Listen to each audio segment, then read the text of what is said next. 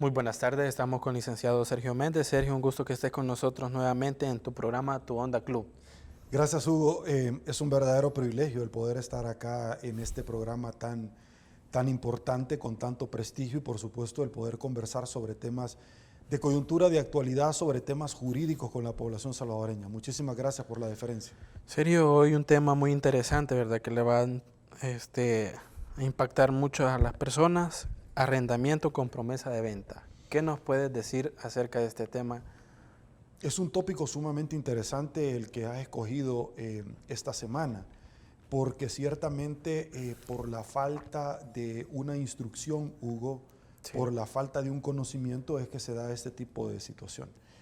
El arrendamiento es lo que nosotros conocemos como un alquiler y existe un alquiler, podríamos decirlo, puro o simple. Pero también está, por supuesto, el arrendamiento que nosotros conocemos como una promesa de venta. Sí. ¿Qué es? Es un alquiler. Una persona propietaria tiene varias características dentro de una propiedad. Tiene el derecho del uso, goce y disfrute. Esto deviene del dominio. Por eso es que el dominio, como un derecho real, vemos nosotros que en las compraventas se establece y le cede el dominio y demás derechos sobre este. ¿Qué significa esto? El dominio está estratificado o dividido por tres partes: el uso, goce y la destrucción de la cosa, o el disfrute. ¿Qué significa? Que bueno, yo estoy en mi casa, en mi terreno, y lo estoy utilizando, pero también estoy disfrutándolo y de los frutos que me pueda dar un arrendamiento, que me está produciendo un ingreso, pero también tengo palos de jocotes, palos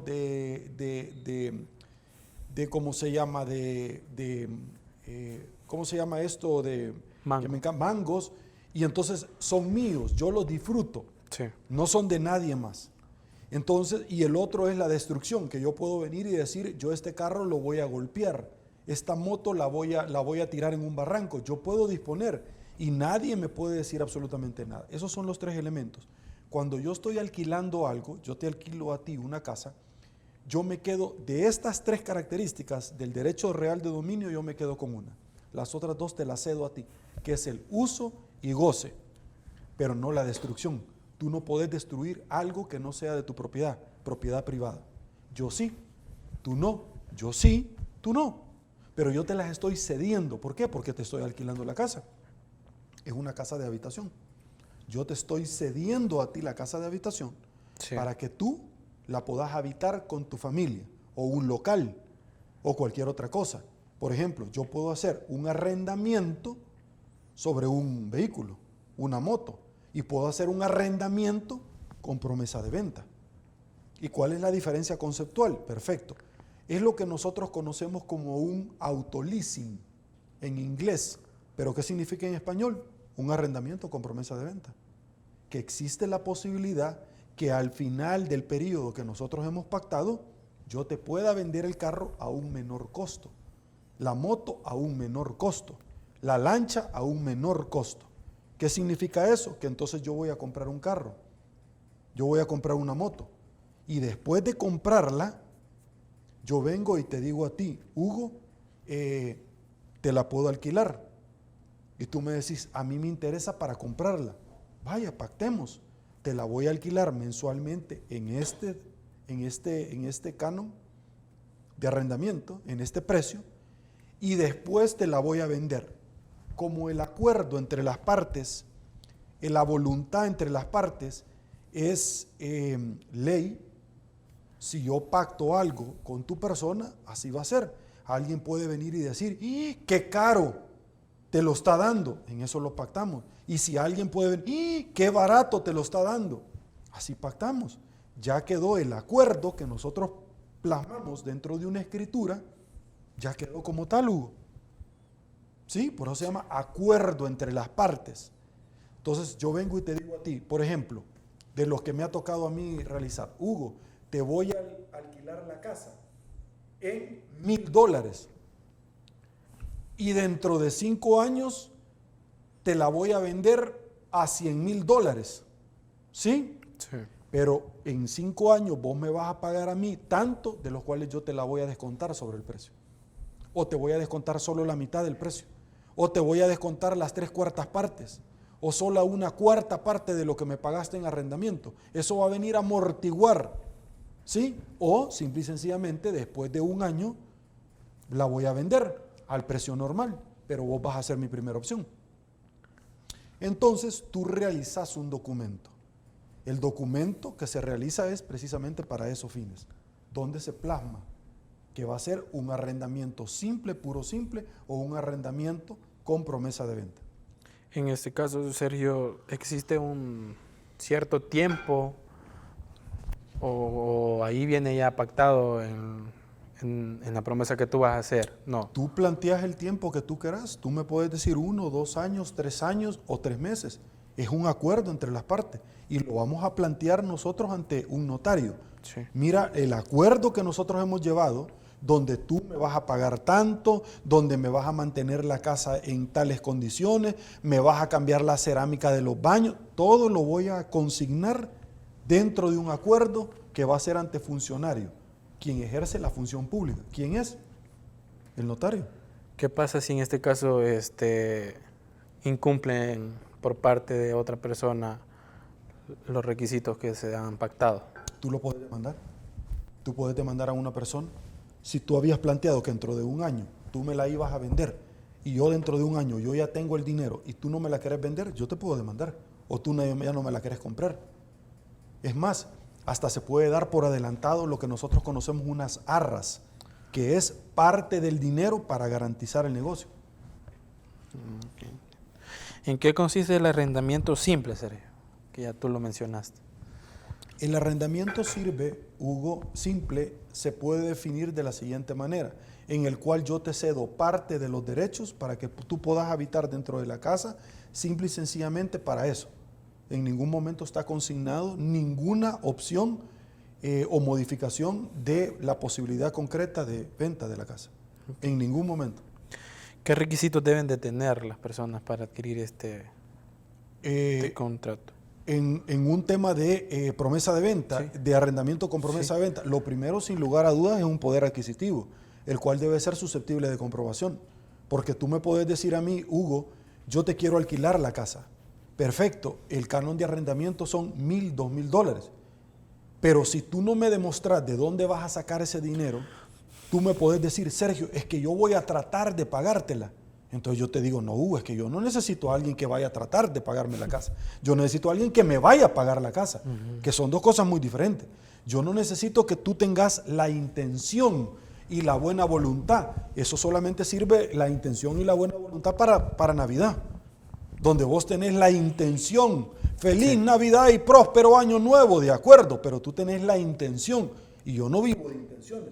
A mí no me trae ningún tipo de rédito, Hugo, yo como propietario que te voy a alquilar la casa, ningún tipo de rédito en andarme comiendo las uñas detrás de ti para que tú me pagues.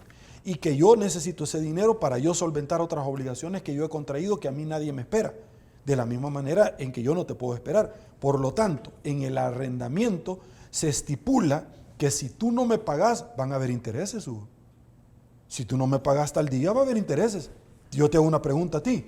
¿Qué pasa si tú no pagas la tarjeta de crédito el día que te corresponde? El corte. Me la llegan a quitar y todo, ¿no? Hay intereses. Sí. ¿Qué pasa si tú no pagas la casa en un banco? Hay intereses. ¿Qué pasa si tú no pagas la refrigeradora, la licuadora que sacaste en cualquier establecimiento? Hay intereses, Hugo. ¿Qué pasa si tú no pagas el recibo del teléfono en el día que te corresponde? Hay intereses. ¿Qué pasa si tú no pagas el recibo del agua y de la luz? Hay intereses, además de que te las pueden cortar en cualquier momento. Sí. Entonces, cuando una persona viene y te dice, mire, voy a tratar de pagarle, no, yo no necesito que usted trate de pagarme, yo necesito que usted me pague. Por tal razón, antes, Hugo, de la celebración del contrato, yo tengo que establecer si tú tenés el poder adquisitivo para pagarme. Es decir, Hugo, ¿y antes dónde alquilabas casa? Ah, en tal lugar. Quiero ver el contrato que tú hiciste con el anterior propietario como inquilino. ¿Y dónde trabajas? En tal lugar. Tráigame una constancia laboral. ¿Y usted qué otros ingresos tiene? Y usted, para yo verificar si lo que una persona gana luego de los descuentos de ley le va a servir para mantener su hogar con todas las obligaciones que tiene del pago de los hijos, de la alimentación, etcétera, pero también le va a alcanzar para pagarme a mí. Entonces, eso es importante, Hugo, establecerlo previamente, como también hacer un expediente, en el sentido de que, mire, yo necesito gente que lo pueda usted recomendar. Deme 3, 5 nombres de personas que usted amigos y 3, 5 nombres de familiar. ¿Por qué? Porque va a ser un punto de referencia. Además, nunca está de más el pedir, deme el número de teléfono de la persona que anteriormente usted le arrendaba la casa, porque esta persona al llamarle va a hacer referencia y me va a decir, ay, era excelente cliente, o no, hombre, uy, Dios mío, ese hombre ni pagaba. Ahí va a servir un punto de referencia. Es lo mismo que hacen los bancos o cualquier otra financiera, que previamente hacen un estudio. Ahora, dicho esto, una vez, Hugo, que me parece a mí sumamente interesante, quiero decirte lo otro que también es importante. Yo como notario también recomiendo a mi cliente que lo pueda relacionar dentro del contrato los pagos con cheques, que estos sean posfechados para no estarnos complicando la vida. Y esto es importante, que puede ser acompañado por letras de cambio, por cheques o pagaré, pero yo particularmente prefiero y recomiendo los cheques, así como también un fiador, que aparezca otra persona. ¿Y por qué es importante esto, Hugo? Si es una persona natural, si es una persona jurídica, no solamente va a firmar el representante legal, sino que también puede firmar cualquier otra persona relacionada en la empresa, que puede ser un socio. Pero en este caso puntual, el que yo te estoy hablando, yo prefiero cheques, porque los cheques ya están posfechados y tú los vas a cobrar. Y si no tienen fondos los cheques, es un delito penal. Emisión de cheques sin provisión de fondos, que tú lo puedes ejecutar. Entonces, ahí estamos hablando de un verdadero compromiso que está adquiriendo la persona que te la va a alquilar. Además, tú sabes que dentro de un contrato de alquiler se estipula también donde tú vas a dar un depósito. Y ojo, el depósito no debe de ser considerado nunca como una ampliación de una cuota. Por ejemplo, una persona viene y firmó un contrato para 12 meses. Cuando ya falta el último mes, le dice, mire, hoy no le voy a pagar, ¿sí? El 12º mes, el 12º. Por ejemplo, tú arrancaste en enero, en diciembre. El de diciembre, ahí lo agarra usted el depósito. No, señores, que la naturaleza del depósito no es para eso. La naturaleza del depósito es que es para verificar y garantizar las resultas de la entrega de la casa. Si la casa tiene recibos pendientes de luz, agua y teléfono, de cable, y que están a nombre del propietario. Sí. Si dejó en mal estado el jardín, las puertas, las ventanas, la pintura, etcétera, no es una extensión del contrato. Y normalmente yo le pongo a los contratos que se va a devolver el depósito 2 meses después. ¿Por qué? Porque el agua del mes de diciembre te viene por allá el corte en enero, febrero. Entonces tú no lo sabes. Además, hay que verificar si dejó al día los impuestos de la alcaldía, Hugo, la cuota de mantenimiento y seguridad de la colonia, si la hay, o del condominio, si es una oficina. Todo eso tenés tú que verificar con antelación, que no hay ningún problema. Entonces, en base a esa situación, tú le pedís que te rindan un informe. ¿Cierto? Okay. Sí. Una vez dicho eso, que es importante, Hugo, sobre esa base, es importante llevarlo ante un notario, y el notario da fe pública. Hugo, ¿qué clase de documento? ¿Privado autenticado o se lleva ante un protocolo para emitir un testimonio? El arrendamiento tú lo puedes hacer ante un documento privado. Yo recomiendo siempre que sea ante protocolo. ¿Por qué? Porque tiene otras solemnidades, sí, tiene otra altura o importancia, sí, pero también el día de mañana se le pierde a una de las partes, ya quedó en el libro de protocolo. Y si el notario ya entregó el libro de protocolo a la sección del notariado de la corte, tú puedes ir a pedir una copia allá porque hay un registro. ¿Va a valer más? Sí, pero pues hombre, tú estás pagando tu tranquilidad, tú estás pagando como un seguro. Diferente es que tú se te haya perdido o arruinado tu contrato, imagínate, le cayó agua, se movieron las letras, la firma, ¿cómo vas a ir a ejecutar si él incumple con un contrato de eso? Fue un documento privado. Pero si es un documento público ante notario en protocolo, vas a pedir a la sección del notariado una copia y te la extienden y se acabó. Y eso sirve para ir a demandar a una persona que te incumplió el contrato. En este caso, ¿dónde se puede presentar o se registra este contrato, Sergio? El contrato de arrendamiento como tal, per se, no tiene una disposición. Sin embargo, si el contrato como tal tiene una promesa de venta, tú en determinado momento podés dejar que ir, porque resultaría ser un gravamen. Entonces tú lo podés acceder. Ahora, es importante decir esto, Hugo, que también para comprar la casa, después de una promesa de venta, tú puedes hacer una anotación preventiva que congela momentáneamente el inmueble hasta que tú hagas el negocio. Okay. ¿Cierto? Sí. Ok. Y en este caso, ¿tiene que ser un notario, Sergio? Tiene que ser un notario. Porque no lo puede hacer otra persona. A menos que puede ser un cónsul en Estados Unidos que puede celebrar un contrato de alquiler de 2 personas que están allá y que se van a venir a vivir, de acuerdo, la ley del notariado de la faculta, pero que tiene que ser ante un funcionario ya descrito por la ley, tiene que ser. Cualquier otra cosa no tiene validez. Yo agarro una servilleta, sí, yo agarro una hoja en papel en blanco y yo te digo y te firmo a vos, no tiene validez. Tendríamos que ir, Hugo, a diligencias de reconocimiento de obligación primero, para establecer que había una obligación, para después ir a unas diligencias de incumplimiento de contrato. Entonces, como tú entenderás, resulta bien tedioso, es sumamente prolongado, es sumamente desgastante y muy oneroso estar metido en todos esos procesos, particularmente si la otra persona no tiene con qué responder. Ok, Sergio, entonces hemos llegado a nuestro final, ¿verdad? Te agradezco, muy amable. El programa siempre con la reflexión de la palabra de Dios. Muchísimas gracias, esto es lo más importante para mí, tú lo sabes, de hecho me toca predicar el fin de semana y es sobre una palabra que alguien me compartió y que yo creo que es sumamente importante. ¿Cuál es la diferencia, me decía alguien, entre el demonio y Dios? ¿Alguien me lo decía? ¿Sí? Sí. Como alguien un día me dijo a mí, Hugo, ¿cómo sé yo si Dios existe? Y entonces yo le dije, fácil, quiero decirte que lo que tú estás planteando es algo que se ha planteado, pero que también es pecado. Pero Dios odia al pecado, no al pecador. Por lo tanto, déjame explicarte algo. Nosotros, Hugo, nos esforzamos y tratamos de perseverar día a día, sí, en la palabra para ser más como Cristo. Cristo, cuando estuvo en la tierra, dijo, le preguntaron los fariseos y los escribas, que eran gente mala palabra y que querían hacerlo caer en error, constantemente le tendían trampas. Una de las trampas es la, Señor, mira, quiero decirte que si está bien, por ejemplo, que paguemos al César tributo. Y así, entonces el Señor un día viene y le dice, dale al César lo que es del César y a Dios lo que es de Dios. No pasa nada. Todo bien, cero estrés. Es lo que le dijo el Señor. Pero otro viene y le dice, Señor, ¿con qué poder haces los milagros? Porque el Señor alcanzó a escuchar. Él estaba por allá y desde el otro lado alcanzó a escuchar.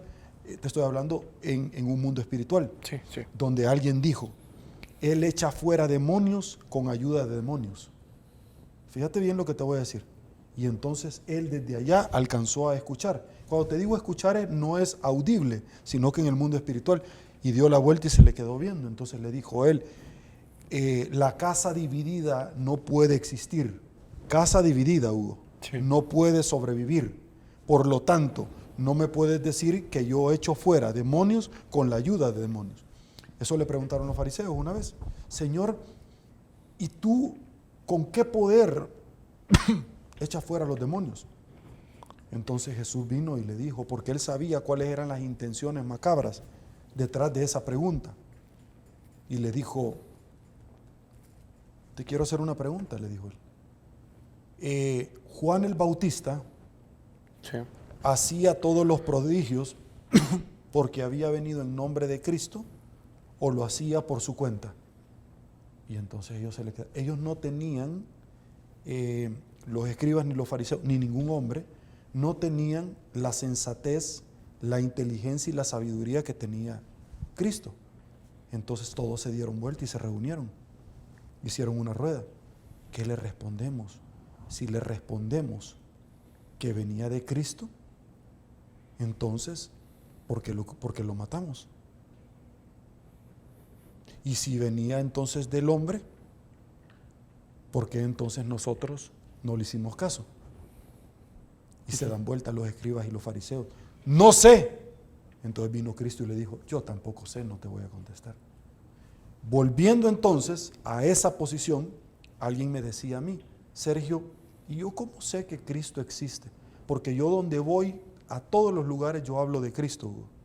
Y me decían, ¿cómo sé que lo que me estás diciendo es cierto? Y yo le decía, mira, este es un tema de fe. Este es un tema donde yo he visto a Cristo en mi vida.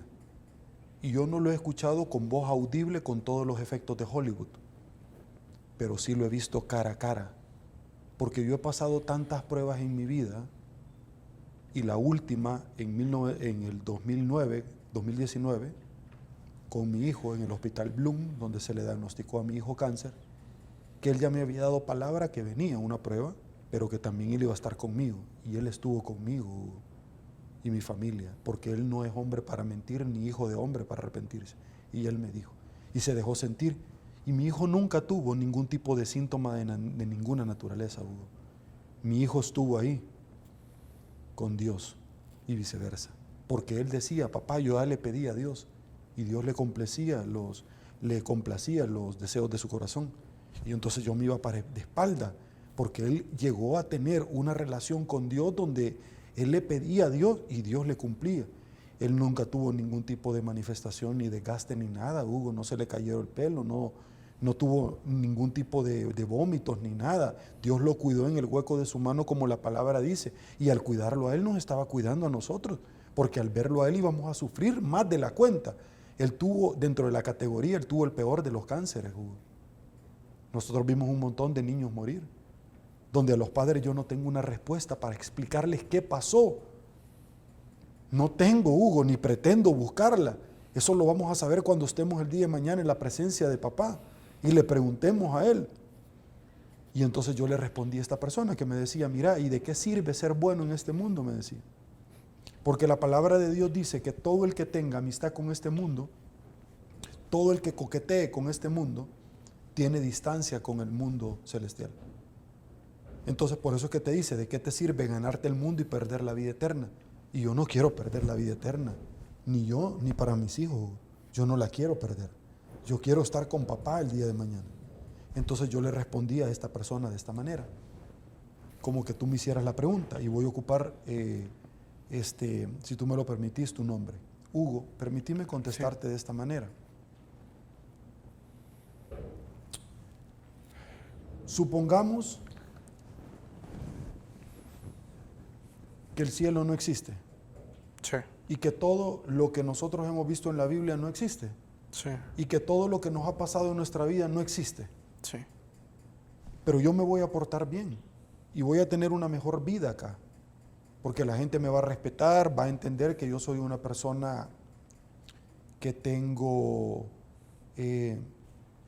principios, el temor a Dios particularmente y el temor a las leyes. ¿Sí? Sí. ¿Qué perdí, Hugo? No pierdo nada.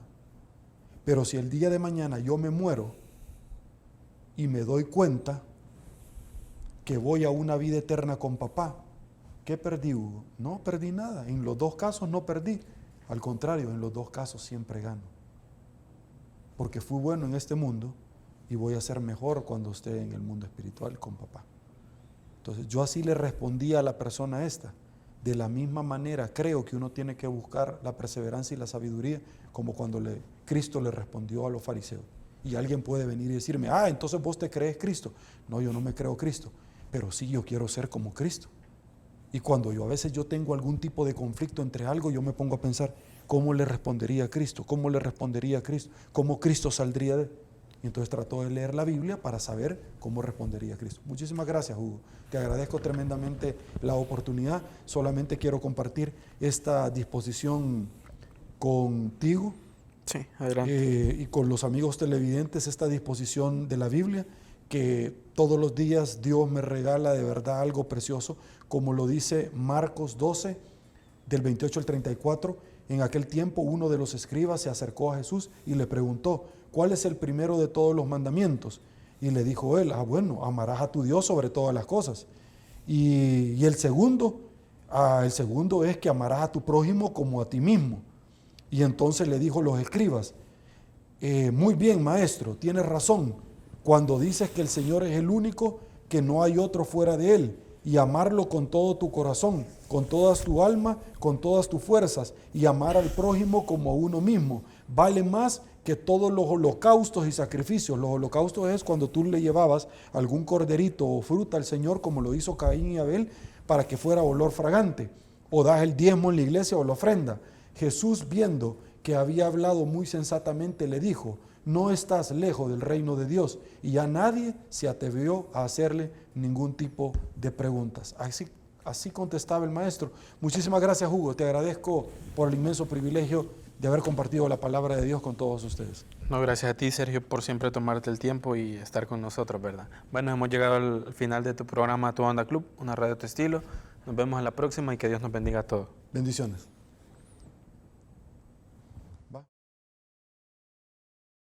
25, 30 minutos, démosle.